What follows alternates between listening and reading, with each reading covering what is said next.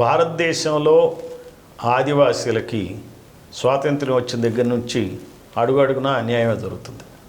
ఆదివాసీ ప్రాంతాల్లో వాళ్ళ భాషే వేరు. ఆదివాసీది దాదాపుగా 14 రాష్ట్రాల్లో 12 కోట్ల మంది ఆదివాసీలు మాట్లాడే భాష కోయతూరు భాష.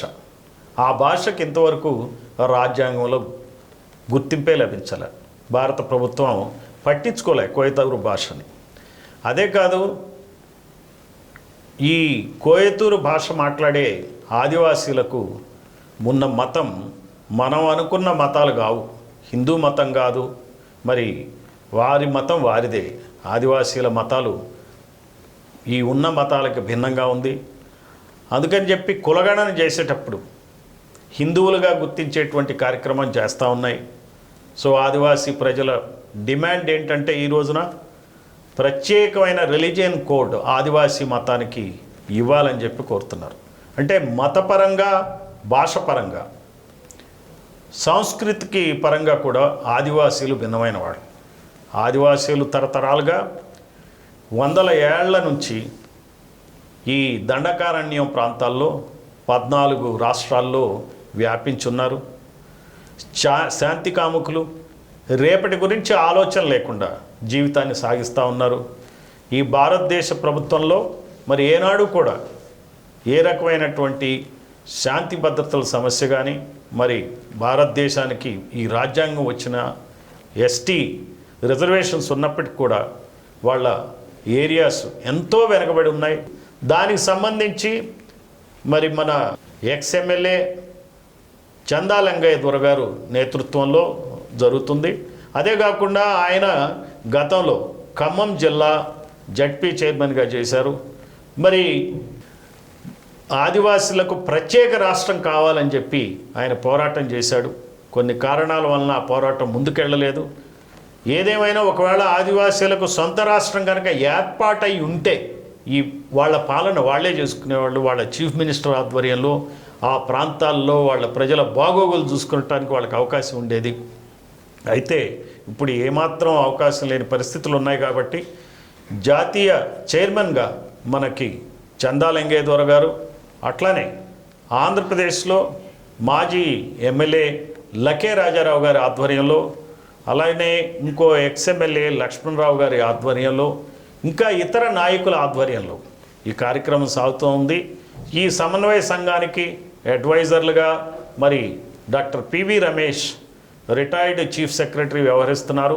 అట్లానే బహుజన నాయకుడు, బీసీ టైమ్స్ అధినేత శ్రీ సంగం సూర్యారావు గారు కూడా దీనికి సలహాదారుగా పనిచేస్తున్నారు.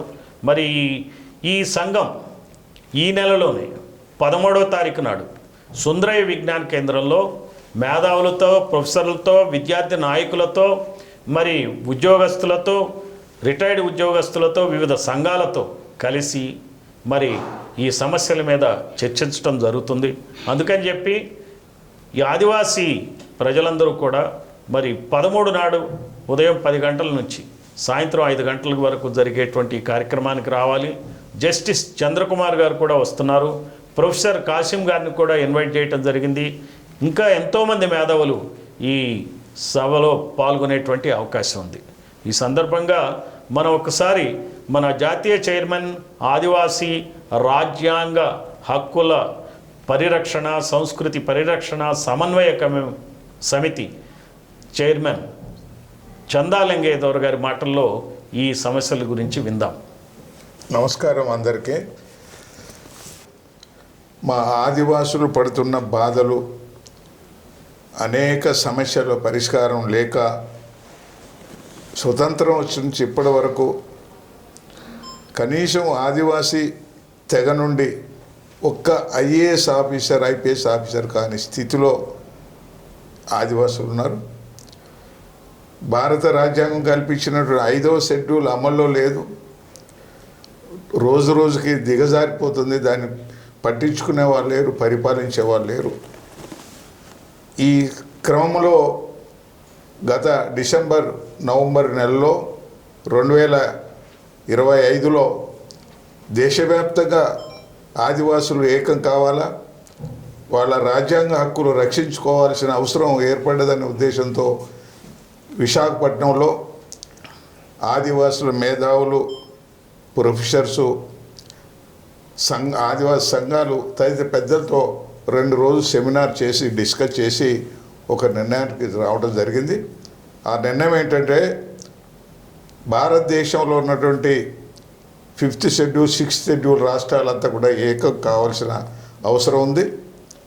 అందుకనే ఆల్ ఇండియా ఆదివాసీ రాజ్యాంగ హక్కులు మరియు సంస్కృతి పరిరక్షణ సమన్వయ సమితి అని చెప్పి ఒక జేఏసీ ఏర్పాటు చేయడం జరిగింది. దానికి ఆ రోజు అందరూ కలిసి మరి నన్నే చందాలింగయ్య ద్వారా నన్ను జాతీయ చైర్మన్గా ఎన్నుకోవడం జరిగింది. తర్వాత కన్వీనర్గా లక్కే రాజారావు గారు పాడేరు ఎక్స్ఎమ్మెల్యే గారిని కూడా ఎన్నుకోవడం, మిగతా కమిటీలను కూడా అన్ని రాష్ట్రాల్లో కన్వీనర్స్ పెట్టి ఒక జాతీయ స్థాయిలో ఒక మీటింగ్ పెట్టి ఫుల్ బాడీ వేసుకుందామనే ఆలోచనతో జరుగుతుంది. ఇప్పుడు ఆంధ్రప్రదేశ్లో దాదాపు ఒక ఊపు తీసుకొచ్చాం. గవర్నర్ కలవటం, అక్కడ ఉన్నటువంటి కలెక్టర్స్ని, మిగతా మెయిన్గా ఆ పోలవరం ప్రాజెక్ట్ ఎఫెక్టెడ్ ట్రైబల్స్తో ఒక ఉద్యమం లాగా తీసుకుపోయి వాళ్ళ సమస్య పరిష్కారం మరి కార్యక్రమాలు నడుస్తున్నాయి. అట్లనే తెలంగాణలో కూడా అన్ని జిల్లాలు తిరిగాం. ఈ జిల్లా కన్వీనర్లు కమిటీలు వేసటం జరిగింది. అయితే ఇప్పుడు రేపు ఈ నెల ఏదైతే మే 13 తారీఖు ఉందో, ఈ మే 13వ తారీఖున ఉభయ రాష్ట్రాలు ఆంధ్ర, తెలంగాణ, తెలుగు రాష్ట్రాలు కలిపి ఒక సమన్వయంగా రాజ్యాంగ హక్కుల మీద మరి చర్చ జరుగుతుంది. ఈ రాజ్యాంగ హక్కులలో ప్రధానమైనటువంటి మా ఆదివాసీ డిమాండ్ ఏంటంటే, మేము ఈ దేశంలో భారతదేశంలో 12 కోట్ల మంది ఉన్నాం. 12 కోట్ల మంది ఉంటే ఇంతవరకు మాకు రికగ్నైజేషన్ లేదు. ఈ యొక్క జనగణ కార్యక్రమం ఈ మే 13 నుంచి వెళ్ళి 2027 వరకు భారతదేశం మొత్తం జరుగుతుంది. ఈ తెగల్ని విభజించి ఏ మతంలో ఉన్నారు, ఏ కేడర్లో ఉన్నారు, ఏ కాలంలో పెట్టాలన్నది ఆలోచనతో ప్రభుత్వం చేస్తుంది. మా ఆదివాసుల్ని ఆదర్శ కాలంలో పెట్టారు. ఆదర్శ ఏమిటి? మేము ఆదివాసులు, మాకు ప్రత్యేక మతం, ప్రత్యేక కల్చర్, ప్రత్యేక ట్రెడిషన్, మా జీవన విధానం వేరు. భారతదేశానికి సంస్కృతి ఎవరంటే ఆదివాసీ సంస్కృతి అని చెప్తున్నారు ప్రపంచ దేశాల్లో. మూలవాసులు అని చెప్తున్నారు. మూలవాసులైనటువంటి ఆదివాసులకు మాకు సపరేట్ కాలం పెట్టడం వల్ల నష్టం లేదు కదా, ఎందుకు పెట్టలేకపోతున్నారు అంటే మేము అడిగే పరిస్థితి లేము. మా యొక్క సబ్జెక్టుని ప్రజలు కానీ ప్రభుత్వానికి తీసుకుపోయే నాయకులు లేకపోవడం వల్లనే మమ్మల్ని అనగదొక్కుంది. అది ఒక ప్రధానమైన డిమాండ్. మాకు ఖచ్చితంగా దేశవ్యాప్తంగా ఆదివాసులకు ప్రత్యేక రిలీజన్ కోడ్ పెట్టాల్సిన అవసరం ఉందని చెప్పి ఒక డిమాండ్ చేస్తున్నాం.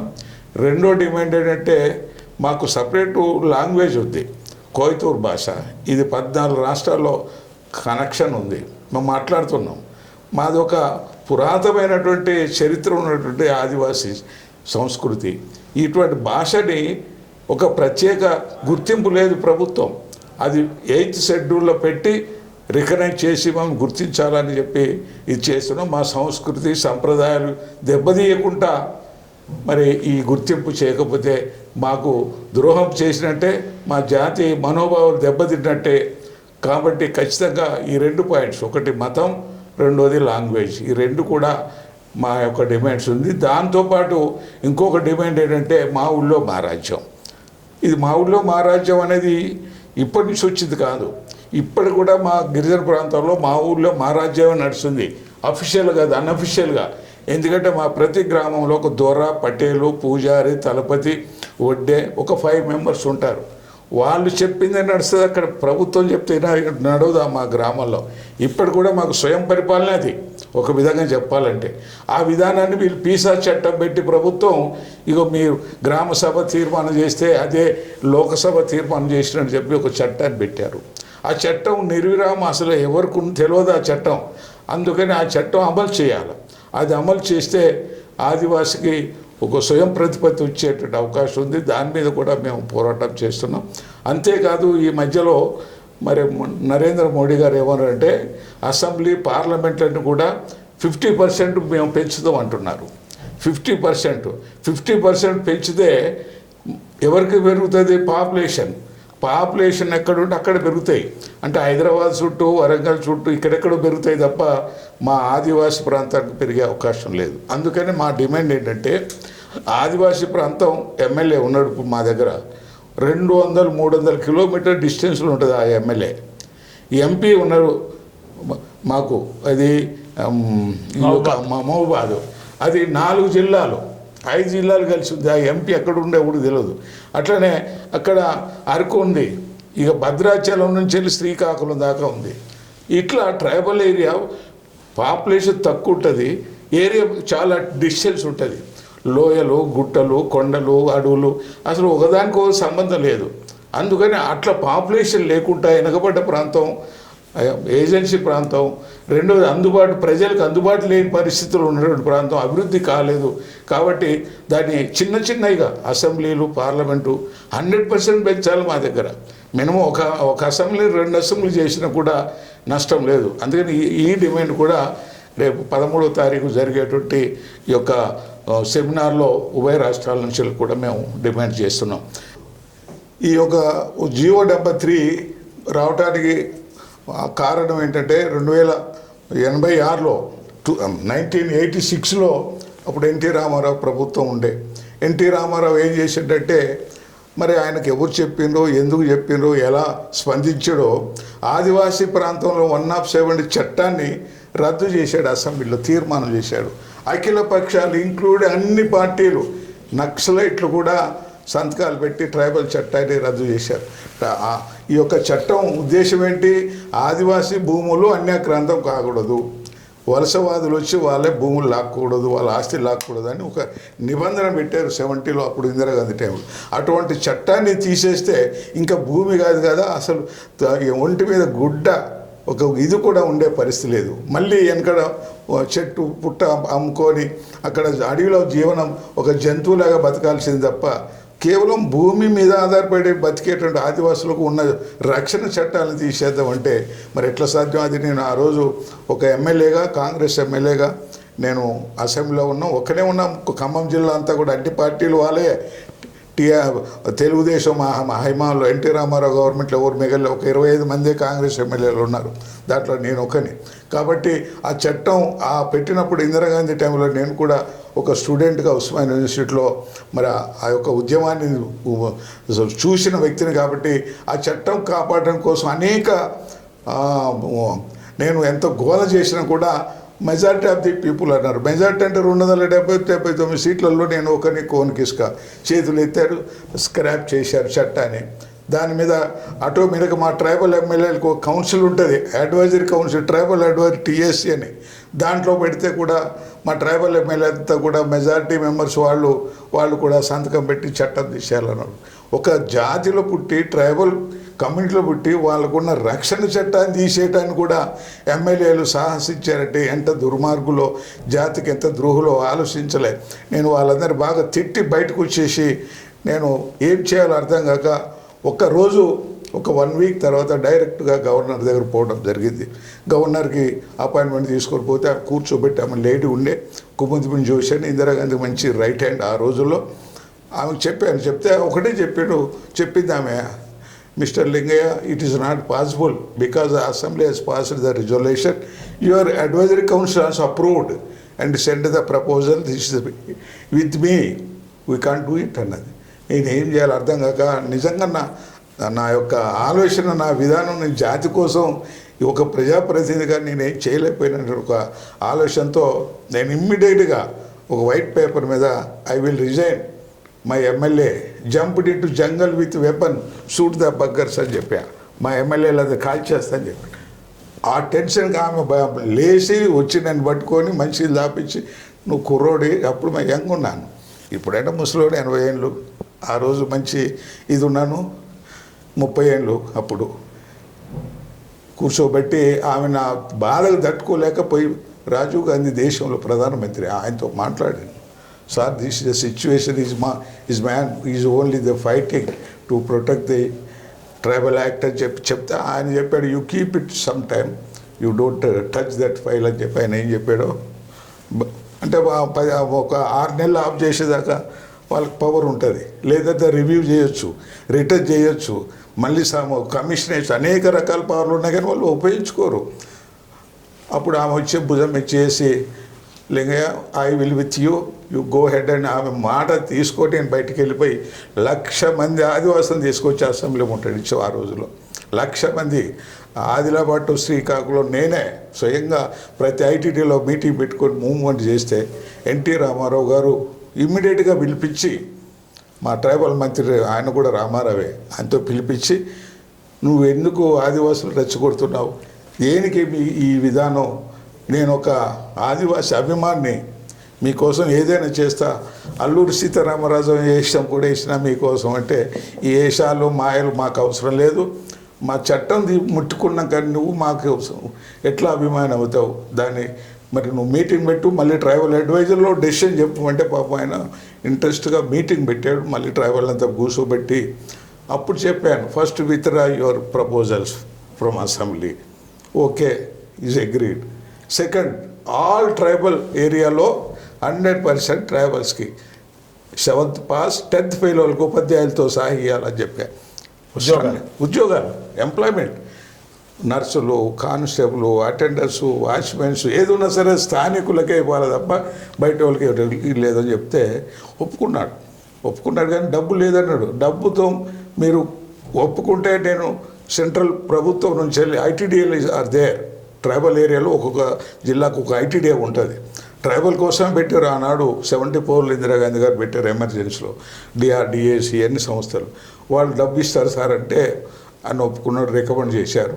రాజీవ్ గాంధీ దగ్గర పోయినా నేను, ఎవరిని మా ట్రైబల్ మినిస్టర్ తెలుగుదేశం మంత్రిని పట్టుకపోయినా నేను, ఒక రిపోర్ట్ ఇస్తే ఆయన చూశాడు, ఎలాంగ్ విత్ ట్రైబల్ మినిస్టర్ ఇస్తే అని పిలిపించి ఓహో ఈజ్ తెలుగుదేశం సార్ అని చెప్పి. మా పరిస్థితి ఇది, మాకు పార్టీ ముఖ్యం కాదు, ఆదివాసుల యొక్క విద్య లేదు, ఉద్యోగం లేదు, డెవలప్మెంట్ లేదు, మీరు ఏదైనా చేస్తే చేయండి అంటే ఆయన ఇమ్మీడియట్గా గ్రాంట్ చేసి ఇప్పుడు స్టార్ట్ అయినాయి స్కూల్స్ కానీ అపాయింట్మెంట్స్ కానీ. ఇంత పెద్ద పోరాటం చేస్తే ఆ చట్టాన్ని 2020లో సుప్రీంకోర్టు కొట్టేసింది. ఇప్పుడు ఉద్యోగం లేదు, ఎంప్లాయ్మెంట్ లేదు, యూత్ లేదు, ఏం లేదు. ఏమైనా 10% 5% వస్తే మొత్తం మా పాలెవలు కొట్టేస్తారు. మా పాలెవలు అంటే తెలుసా, బహుశా అందరికీ మీకు తెలుసు, మన బంజారా, లమ్మడ, వీళ్ళు మా పాలెవలు మొత్తం 100% వాళ్ళకు ఒక్కటి కూడా కోయ, గోండు, చెంచు, వాల్మీకి ఈ యొక్క ప్రిమిటివ్ ట్రైబ్స్కి వచ్చే పరిస్థితి లేదు. మరి ఏం చేయాలి చెప్పండి. అందుకనే మరో పోరాటం దేశవ్యాప్తంగా ఆదివాసీ ప్రాంతంలో ఏకం చేసి మరి స్వయం ప్రతిపత్తి కోసం కొట్లాడాలా, మాకున్న రక్షణ ఆదివాసీ హక్కులు కాపాడటానికి కొట్లాడాలనే ఉద్దేశంతోనే మరి అందరినీ కలిపి రేపు ఈ 13 మే మరి హైదరాబాద్లో సుందరయ్య విజ్ఞాన భవన్లో ఒక సెమినార్ పెట్టడం జరిగింది. దాంట్లో చాలామంది మేధావులు పిలుస్తున్నాం. ముఖ్యంగా మా యొక్క ఆల్ ఇండియా ఆదివాసీ రాజ్యాంగ హక్కుల పరిరక్షణ సంస్కృతి ఈ యొక్క సమన్వయ సమితికి మేము అడ్వైజర్స్ కూడా మంచి వాళ్ళని ఎన్నుకున్నాం. ఒకనేమో ఐపీఎస్, ఒకరు ఐఏఎస్, అందులో రాష్ట్ర స్థాయి డీజీపీ, చీఫ్ సెక్రటరీ లాంటి వాళ్ళని మరి ఎన్నుకోవటం, వాళ్ళు హృదయపూర్వకంగా మమ్మల్ని నిద్రపోయిన వాళ్ళు మేలుకొల్పి మీరు ఈ పందాలు పోవాలా, మీ జాతికి న్యాయం చేయండి అనేటువంటి ఒక ఉపోద్ఘాతం చేస్తున్నట్టు వ్యక్తులు మాకు దొరకటం చాలా అదృష్టం. అందుకనే ఈ యొక్క ఉద్యమం దేశవ్యాప్తంగా ముందుకు తీసుకుపోతాం. మా నిజమైనటువంటి జాతి రక్షణ కోసం ఏదైతే మేము ప్రతిపాదన చేస్తున్నామో ఆ యొక్క చట్టాలను కూడా కాపాడుకొని మా మనుగడ మేము కాపాడుకుంటాం అనేటువంటి నమ్మకంతో మేము ప్రయాణం చేస్తున్నాం. దీని అందరూ ఈ యొక్క సమాజంలో ఉన్నటువంటి అందరూ కూడా ఈ దేశంలో ఉన్నటువంటి మరి మేధావులు కానీ, రాష్ట్రంలో ఉన్న మేధావులు కానీ, ఆదివాసుల అభిమానులు, ఆదివాసీ అభివృద్ధి కోరేటువంటి వ్యక్తులందరినీ కూడా సహాయం కోరుతూ వాళ్ళ యొక్క ఆశీస్సులు కావాలని కోరుతూ సెలవు తీసుకుంటారు. జై ఆదివాసీ. నమస్కారం అందరు. ఇందులో ఒక మంచి అంశం ఒకటి చెప్పారు మన చందాలింగేశ్వర్ గారు. ఇప్పుడు ఏవైతే డీలిమిటేషన్ చేస్తున్నారో, అసెంబ్లీల పునర్విభజన, నియోజకవర్గాల పునర్విభజన ఏది జరుగుతుందో దానికి ఒక క్రైటీరియా ఏమిటంటే మరి జనాభా ప్రాతిపదికన చేస్తామన్నారు. జనాభాగా కాకుండా మరి భౌగోళికమైనటువంటి జాగ్రఫికల్ ఏరియా బేస్ కూడా తీసుకోవాల్సిన అవసరం ఉంది. అంటే పాపులేషన్ డెన్సిటీ తీసుకోవాల్సిన అవసరం ఉంది. అంటే జనసాంద్రత, జనాభా రెండు తీసుకోవాలి. ఇప్పుడు జనసాంద్రత ఆదివాసీ ప్రాంతాల్లో చాలా చాలా తక్కువ ఉంటుంది కాబట్టి, జనాభా తక్కువ కాబట్టి వాళ్ళకు ఉండే ఎమ్మెల్యే సీట్లన్నీ తగ్గిస్తాం, ఎంపీ సీట్లన్నీ తగ్గిస్తాం అంటే